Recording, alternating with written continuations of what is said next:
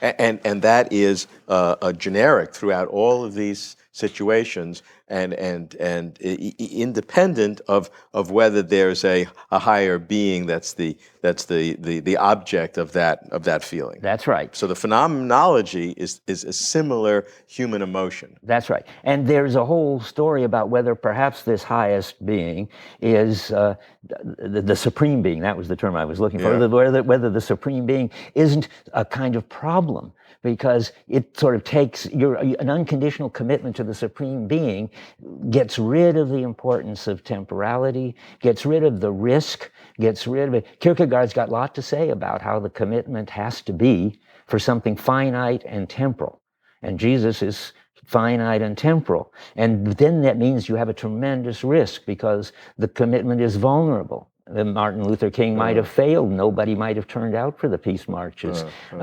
Luther might have been grabbed by the Inquisition. I think maybe that's a kind of, got the years wrong maybe, but anyway, not made it to start a new religion. Mm-hmm. So, and it's absolutely essential from the way Kierkegaard sees it, that in order to get your life together in this meaningful way, you also have to be able to accept the risk. And of course, love is another example. Is risk critical to Absolutely critical. To the nature of the commitment? Because it's temporal. And see, as I say to my classes, it's not you can't be committed to, say, the eventual triumph of the proletariat, because you can't lose on that one. Even if you die, they're going to go on and triumph eventually. And that's not a Kierkegaardian, not a Judeo-Christian unconditional commitment. All their commitments were to actually do something. I mean, take the people to the promised land. I mean, like Martin Luther King, Moses didn't quite make it, but he saw the promised land and he did his job, and he could have failed.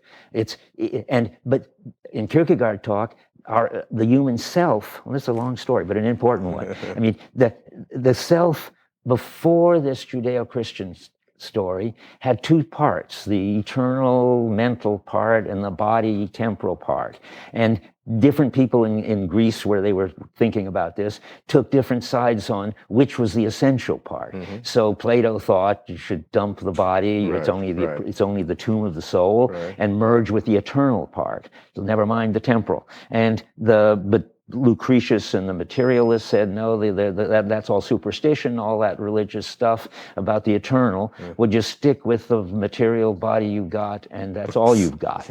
And they were separable, and you had to decide which was essential. Kierkegaard says that's not the way the self is. Then now we got to bring in Pascal. Pascal is the first to have seen or claimed that the self is essentially body and soul, and you can't get rid of either. And the more you have of one, the more, if you get in the right relation, the more you have of one, the more you have of the other. That's closer to the original biblical tradition, I think. I think so too. I mean, Plato got in there and sort of undermined the Judeo-Christian tradition by way of the Christians. And both Judaism and Christianity followed a great deal of Hellenistic and Greek world. Pascal says that we are both body and soul, and that we have to be stretched. Sort of, he has a picture of us kind of crucified on. You have to be stretched. The greater the person, the more they are stretched to both extremes.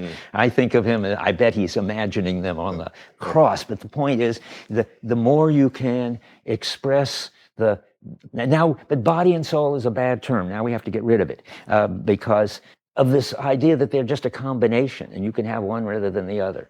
Whereas now we get to Kierkegaard, about 1850. Kierkegaard's the one who's understood all this and says, no, it's a synthesis, and it's not good to talk about body and soul because they lead you to think that you can get rid of one or the other. But it's a synthesis, and then he has his own terms of the temporal, we've been talking about, risky in time, and the eternal, where the eternal now means some meaning of this which stays constant no matter what happens in time. So your love goes on and adapts, but it has to go on in a way that you got this, once you get in Kierkegaard language, a definition of yourself, which is your unconditional. So I'm the follower of Jesus, or I'm the lover of Beatrice. Then that's eternal in the only important sense of eternal. Phenomenology again, never mind whether there's an eternal up there. There's something in your life which is not up for grabs. Most things in your life, you change they could change and change. Sartre has this interesting story of somebody who has a religious, what they take to be they have an adolescent crisis. They take it to be a religious experience. They go into the monastery. After 20 years, they realize that it was an adolescent experience, and they go out into the world, and they're in business. On the deathbed, they think again, no, I really betrayed it. That was a religious experience, and they repent. And Sartre's point is, there's nothing stable about these defining commitments. They can change, and where you happen to be when you die is just arbitrary. Well, that means Sartre just denies what Kierkegaard calls the eternal. The eternal is when you get into the relation to the eternal, you don't flip around anymore. You know, this is the woman, or this is my job in the world. But, okay, when that means you got to satisfy both the temporal and the eternal parts of the self, only they are not a combination, but a synthesis, because if you do it right, like Dante loving Beatrice, the more eternal you've got, the more temporal meaning you've got. And the more temporal meaning you've got, the more it's steady and eternal. So this is how phenomenology gives a radically different approach to religion than does analytical philosophy. Yes, but phenomenology, starting with the experience, in this case, the experience of having an unconditional commitment or a calling, describing that, it gives you a whole different understanding of the self, gives you a whole understanding of the whole Judeo-Christian tradition. We didn't emphasize it, but it makes Jesus, the God-man, the center. God the Father, the almighty supreme being, which was infiltrated so much by Greek philosophy, doesn't become important anymore. What becomes important is life in the temporal, in the finite, and yet having a life that has meaning. That's what phenomenologists can talk about.